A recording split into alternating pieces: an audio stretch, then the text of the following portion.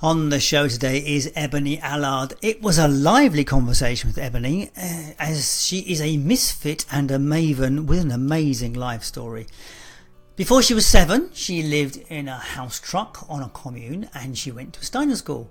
She is a podcast host, an artist and a business coach.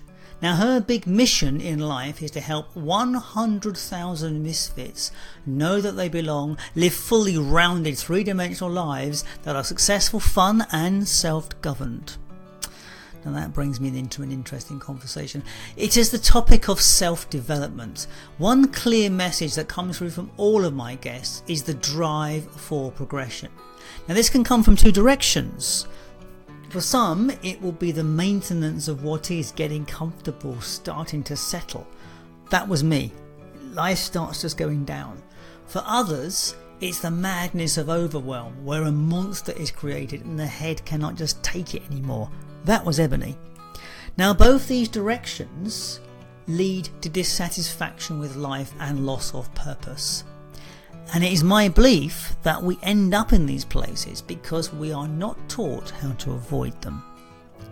Now earlier this year I started with an amazing project for me called Change Your World Every Day. And the main feature of this project is daily coaching delivered at 7 a.m. every weekday morning. Because starting the day with positive input is a powerful anchor.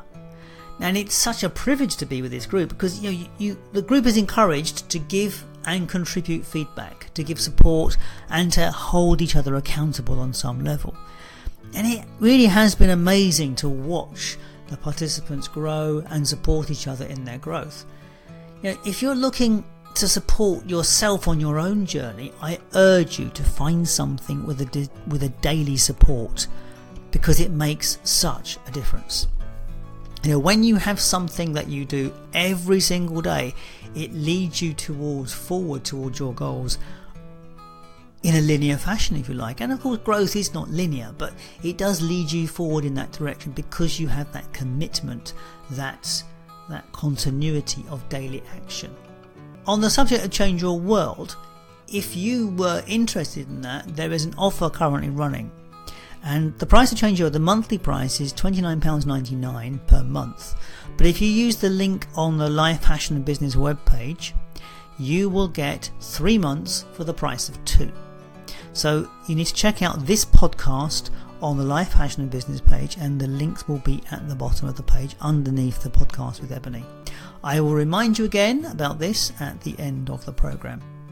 So as you may have guessed from my description of Ebonie, she is a woman that has always moved fast and taken risks.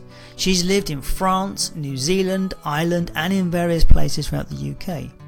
And throughout all of these periods she's never had a proper job by her own admission. From selling homemade cars when she was 14, working in the film industry, starting one of the first virtual assistant companies, to her current work as a coach, author and artist, she has experienced huge success, massive failures and everything else in between. She has been self-employed, a freelancer, a business owner and an entrepreneur. And she has grown, but as she says herself, growth isn't linear. For Ebonie, it's all about shifting consciousness so that we can wake up and see life as it is. I hope you enjoy the conversation with Ebonie Allard as much as I did. My name is Paul Harvey and this is Life, Passion and Business.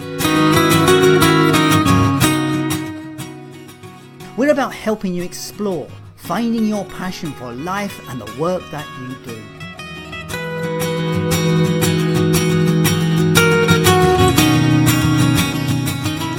But it's so much more than that. It's about finding clues to the big life questions.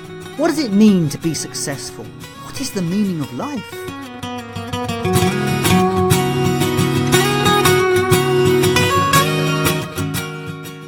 If you're looking for more, then join me on this journey where together we will discover through interviews, tools and tips how to live life full of meaning, passion and purpose.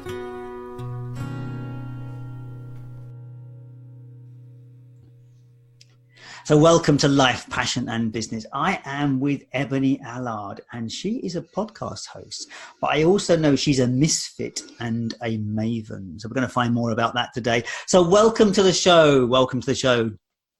Ebonie, how are you? Thank you so much for having me. Thank you. I'm really well. Thank you for having me. That's great. That's great. So tell me, this is Life, Passion and Business, and I don't know if you're aware, maybe you are. I started this podcast because I was unsure how to live life. I had got to the stage in my life where I was thinking, oh, what's it all for? Is it about? And various things had happened to me. And at the end of the day, I started the podcast to talk to people who look like they have it sorted. And you look like you have it sorted. So tell me, Ebonie, how have you got to where you are now? Oh, what a wonderful intro. You know, people say that about me a lot because I have a podcast that's called Adulting with Ebonie. So, you know, that gives you some context. Yes. That it makes it sound like I have got it together. And the truth is no one has it all together all of the time, right? No one has it all together all the time. There's just no way. And that's, in a way, that's what adulting is about, is the acceptance of that, the acceptance that you're never going to be done. You've never got it all figured out. Everything's constantly changing, including ourselves. And that is both a wonderful thing and at times hugely challenging. And so it happens. Absolutely. Yeah, like shit happens, and you can have your shit together and shit will still happen. Yeah, absolutely. But if it doesn't, then, you know, it provides opportunity. So what's been the journey for you? How have you got to where you are? Well, I mean, there is obviously a journey in here somewhere, so I think we need to hear it. There's so many parts of this story, and so I never really know where to start, but okay, let's start. I have a kind of formula I like to work. Because what I think is always amazing is people start moving in one direction when they start the world of adulting, they move in one direction, and this is where they think they're going to be, and they end up somewhere else. And it's that, I think that journey is the interesting bit. So where did you think you were going to be when you started the adulting journey, as in leaving education and moving into the world of work? Well, here's the thing. I didn't want to do the last bit of my education.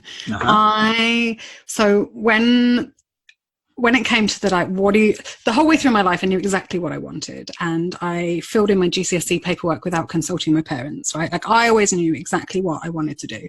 And when it got to go to university time, I wanted to travel the world and go and live in a teepee and smoke weed and hang out and look at the sky. And funnily enough, my dad didn't think that was a wonderful idea. And sounds perfect to me, but hey, yeah. I missed that one, but I can see the attraction. He suggested that on his watch, and until I was 18, he would quite like to get me through uni, and then it was up to me. And if I still made that choice, then, you know, that was up to me. So I applied to the most difficult university I could find to get into, which was Central School of Speech and Drama, in a specialism which was scenic art, where they took 3 people a year. And I got in, and that was irritating. Oh, rats, that didn't work.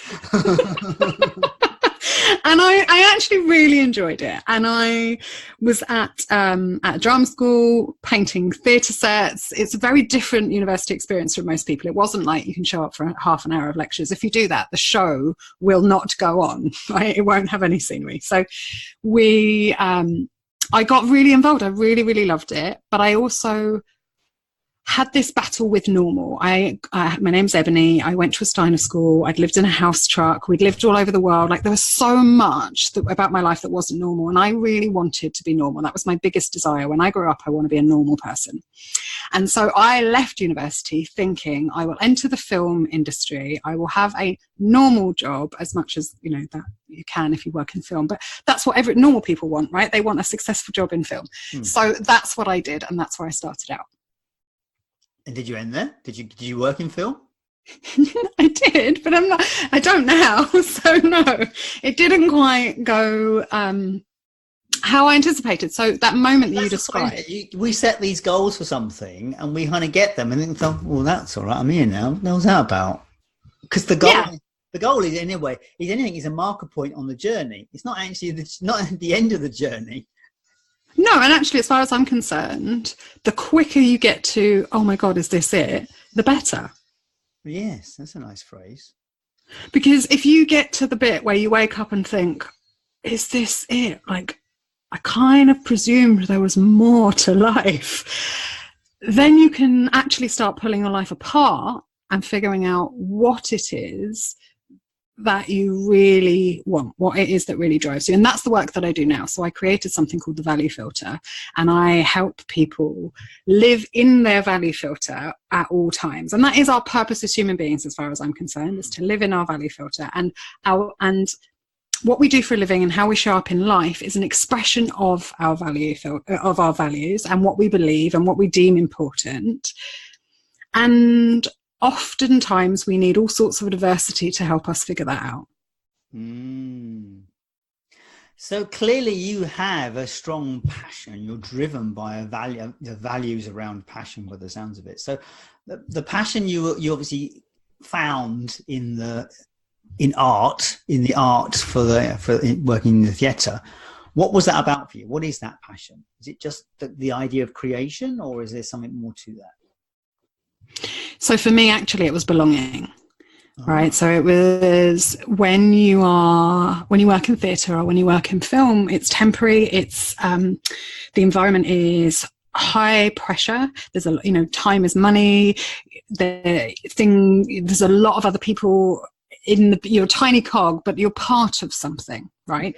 And that sense of belonging, that sense of being part of a wider family and connecting into something, that was what was really important to me. And as I rose up the sort of ranks in film and got less creative control, and I realized that I didn't really belong because actually what was happening was no one was being heard. There wasn't a chance and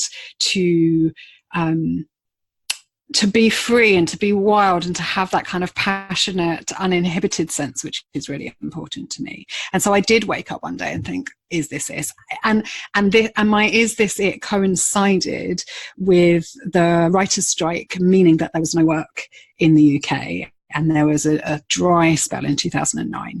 And so what actually happened is that I started my sort of first business, my second career, I'm now on my third, which was a business called My Girl Friday. And it was one of the first virtual assistant. Yeah. And that's what we did. And so it was one of the first of its kind. It was helping people who were cash rich and time poor at that time, mostly creatives who had a similar life to the one that I'd had before, where I couldn't even renew my MOT or my tax or send my post or get my passport sorted, right? So I did those kind of things for people. That was the next step in my journey. Did you build up with a team of people around you, or was that just you? So it was a very interesting story. I started that business from £25,000 worth of debt and homelessness because of what escalated, both for me, but also what was going on for my housemates and everyone around me. It was a very interesting time. So I started that business from that place. And at its height, or at its peak, I had 17 freelancers working with me or for me on 7 continents. And I was miserable. Yes. So why were you miserable? What made you miserable about that?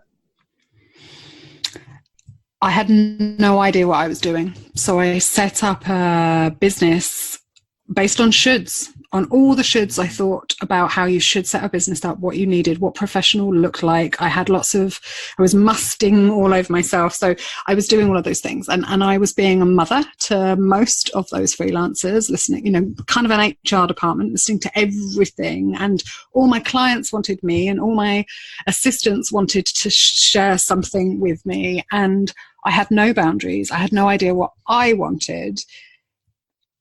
And that's a recipe for feeling miserable. It's a recipe for burnout, actually. Yeah, that is what happened. Actually, burnout was what happened in the film industry, and a complete breakdown is what happened with My Girl Friday. Yeah. It would do, wouldn't it?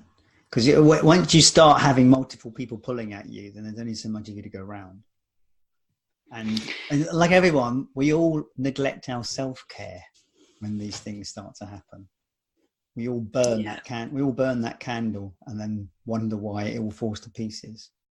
So, I mean, that's obviously a low point. So, did you drop Girl Friday, or what happened? How did you move to the next stage? It reached the lowest of the lows.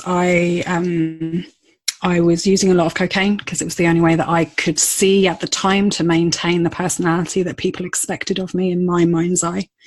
And I wanted to kill myself. And I'd made all sorts of plans about how everyone else would cope after I was gone. And actually, I was hugely lucky to be supported by family who caught this, and together I went to a doctor and I got some antidepressants, and I spent 3 weeks taking them, and I felt like someone had opened a window and let in some light and let in some air, and I had a brain again, and I could think again for the first time in a really long time. And I made the decision to take some time out, and I made the decision to sell my car, sublet my room, the room that I was living in at the time, and just get out. And I bought a ticket to Bali, and I say Bali saved my life. And Bali saved my life for a really interesting reason, because I got to Bali and within 6 weeks I was working for 6 entrepreneurs, making them lots of money, and I was miserable. I was sitting in paradise, and I realized something really profound. I realized that it didn't matter where I was in the world, I would still be there. And I made the decision to figure out who I really am and learn to love it or change until I did. And that's what I've done. It's the one relationship we have our entire life, and people seem to forget it. Yeah. Relationship with ourselves. Yeah. And yeah. And when we learn to love ourselves properly, then it all kind of fits, really. Amazing. Yeah, then we make decisions from a very different place. And if we can love ourselves first, if we can like ourselves first, right? If we can be happy, proud, satisfied, fulfilled, content with the decisions that we are making, then nothing else matters, because we're living the good life. Yeah. So you came out of Bali clearly having a greater understanding of yourself, and I guess that led you onto the journey you are now, is it? Yeah. And I had a really interesting moment when I was in Bali where I had that realization. I didn't know what was next. I wanted to help other people through the stuff that I had been through. Yeah. I'd always seen, my dad was a psychotherapist, and I'd always seen coaching and therapy and talking therapies as being interesting, but I didn't want to go back to school. I didn't want to be there in the first place. So I didn't know how I could do it. And actually I did end up going back to education and getting a diploma in personal performance coaching and also small business coaching in order to really develop on from there. And you started your practice when? 2014. April. Okay. And so what does that look like now? I mean, are there certain particular people you work with? Yeah, so I work with what I call Misfits. So people who are too innovative, too creative, too full of heart, too nerdy, too geeky, too much or too different to clock in and clock out of a job and or life. And people who really want to show up an adult in a kick-ass and kind way. Gosh, that's a very nice description of people. There must be a lot of people around like that with those kind of qualities, but who don't fit in the world. Yeah, and I have a real soft spot for the misfits, the underdogs, and I see them as superheroes, right? Like, we see things that aren't working before anyone else. Mm-hmm. But we have the resourcefulness and the creativity to solve them, and the empathy to care, to want to. Mm-hmm. And those are a unique and incredible set of attributes. And that's what makes superheroes. That is what will change the world. But if you're moping around having a pity party, nothing's going to happen and the world won't change. No. Yeah, the first person is to change it here, then actually go and change it somewhere else. I mean, change it in the head first of all. I need to learn that one. Doing gestures on a podcast is not useful. I know what you meant. Yeah, I know you do, but I'm sure people at the end of this microphone have not a clue what I just did. There we go. Anyway, that's me. So look, what is your success model? Because clearly you've had a variety. You've had the classic success, but you've had other successes or differences. So how you define success now? For me, it's about time freedom, but it's also being able to do whatever I want with my life. And so that doesn't come from a selfish place. That doesn't come from me kind of a place. It comes from an attitude and orientation of what do I get to do with my life rather than what do I have to do? What should I do? What must I do? It's a different orientation. And so for me, success is getting to do whatever I want with my life. Gosh, and is that what you support your clients to do the same thing? Is that the kind of same model you work with them with? Absolutely. I want them to figure out what their values are. Mm-hmm. And I help them to do that, finding the value filter, but then go even deeper. Okay, so what are the beliefs that you have around those values? And are the beliefs that you have around those values limiting or supporting? And are they true? Are they assumption or are they fact? Mm-hmm. And if you were to rate your life, let's say your example of a value is freedom. Mm-hmm. And your belief around, maybe you have several different beliefs around freedom, maybe, and this is really where it starts to get interesting. Maybe you have a belief that freedom is owning your house outright and never owing anyone. Or maybe you believe that freedom is never owning a house and being able to travel the world and go wherever you want. And both of those are a belief about freedom. So first of all, we have to figure out what those beliefs are and then discern, are they assumption or are they fact? Are they still true for you now? Are they old? Are they out of date? And on a scale of kind of 1 to 10, with 10 being full and complete and content and how you want it, and 1 being empty and not enough, how full of the things that you value is your life right now? And what would the incremental upgrade be? So let's say it's a 4 or a 5. Like, what would a 6 or a 7 really look like? What would be going on in your life? What would you believe? What would you see? What would you hear? What would you feel if that value was really being met? And so that is how I help myself and those that I come into contact with to build out and live a life that feels as good on the inside as it perhaps looks on the outside. What I find so frustrating about this stuff is that it's not rocket science. It's relatively easy to do. And I know you had a Steiner education. My son had a Steiner education. And I know some of those values are actually in Steiner education. It's not covert. It's overt. It's not actually. But why is this stuff not in education? Because if we had our young people arriving in work with those values, wouldn't the world be an amazing place? Yes, but you're preaching to the choir. Like, I would not put my children in education. I would home educate. And I say that with a pinch of salt because my parents wanted to home educate me in 1986 and I refused, point blank, right? Like, that was not okay. They were weird. It was weird. Like, just no. And so, it needs to be child-led. And I think, lots of things are very different now. The world is very different now. And I'm not sure that in fact, I know that our education system is not set up for the world that we now live in and that we're readying our children for. No, probably not. No, we are moving into a different world, and I think education's got a lot of catching up to do. But hey, yeah, we can keep talking about it, but we ain't changing it that easily. So tell me, I'll just catch them afterwards and help them. Help them see where it could be different afterwards. That's fine. Yes, that's right. That's right.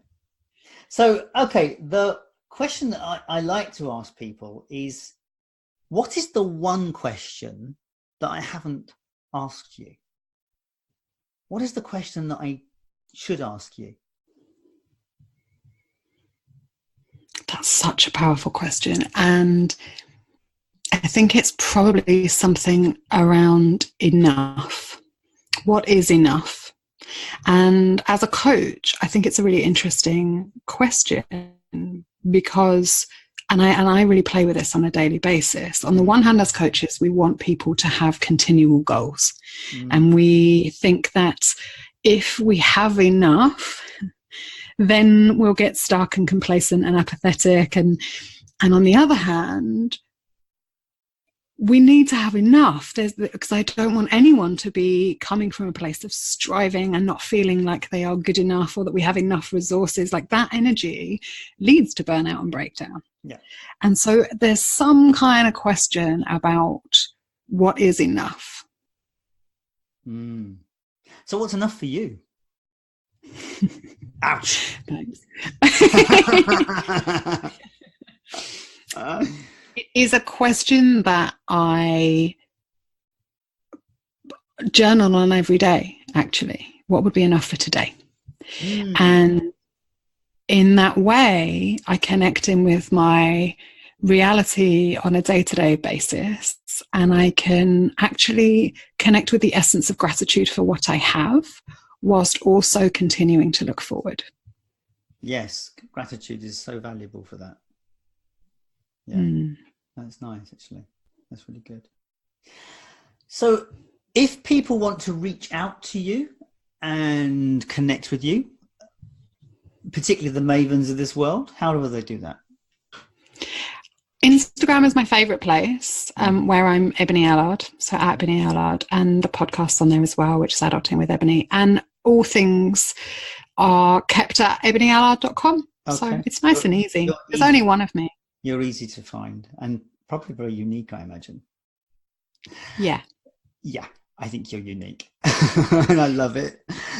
So the final question I ask all my guests, and it's the big question, because it's like, we're born into this world as animals, and we are actually animals. As much as people think we're not, but we are.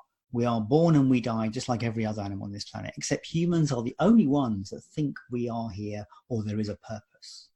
So as far as you're concerned, what is the purpose of life? Why is Ebonie Allard here on this earth? It's a bit spiritual. It's a bit woo. I think woo and spiritual is perfect. And I think that's fine. I think everybody has to have their own thoughts on this. And I've had people that are, that are spiritual. I've had people that are strong Catholics, strong Jewish people, all sorts of things. So there is no right or wrong. It literally is just your view. Yeah. And I love that. I love listening to everybody's view. I think that's what is so interesting about being human, actually, is the way that we give meaning to everything. I think that is what separates us from animals. So for me, the purpose of life is to experience life itself and to accelerate our ascension as a species, as the human race, as a collective energy and consciousness, and that we have soul contracts with one another to aid our learning, development and growth. And that's why we have traction or adversity or challenge to experience growth, and that we have been given the gift of forgetting that in order to allow us to be present and actually experience all of the different feelings and what it means to be human. That's a nice answer. Well, thank you so much for that answer. That's a lovely answer. Thanks. It didn't feel very articulate, but I think it really, often we're so about the destination, and the destination, as far as I'm concerned, is death and forgetting our own ego and forgetting our personality and forgetting everything that we've experienced and starting again, potentially, or not, whatever you believe. And so it's really about the details. It's really about living. How are you living life? Are you pleased with, are you proud of the way that you're showing up each and every day and each and every moment?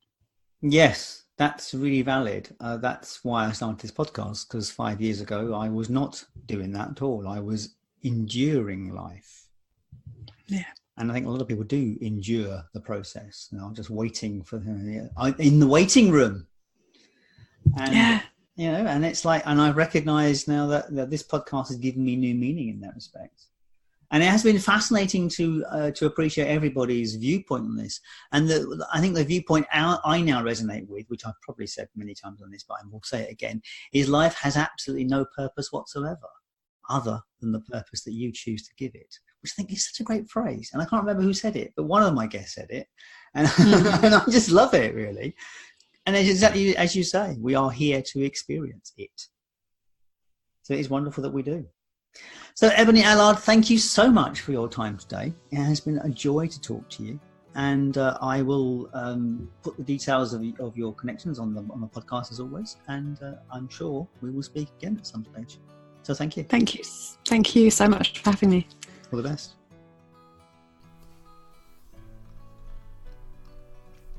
That was Life, Passion and Business with Paul Harvey and my guest Ebonie Allard.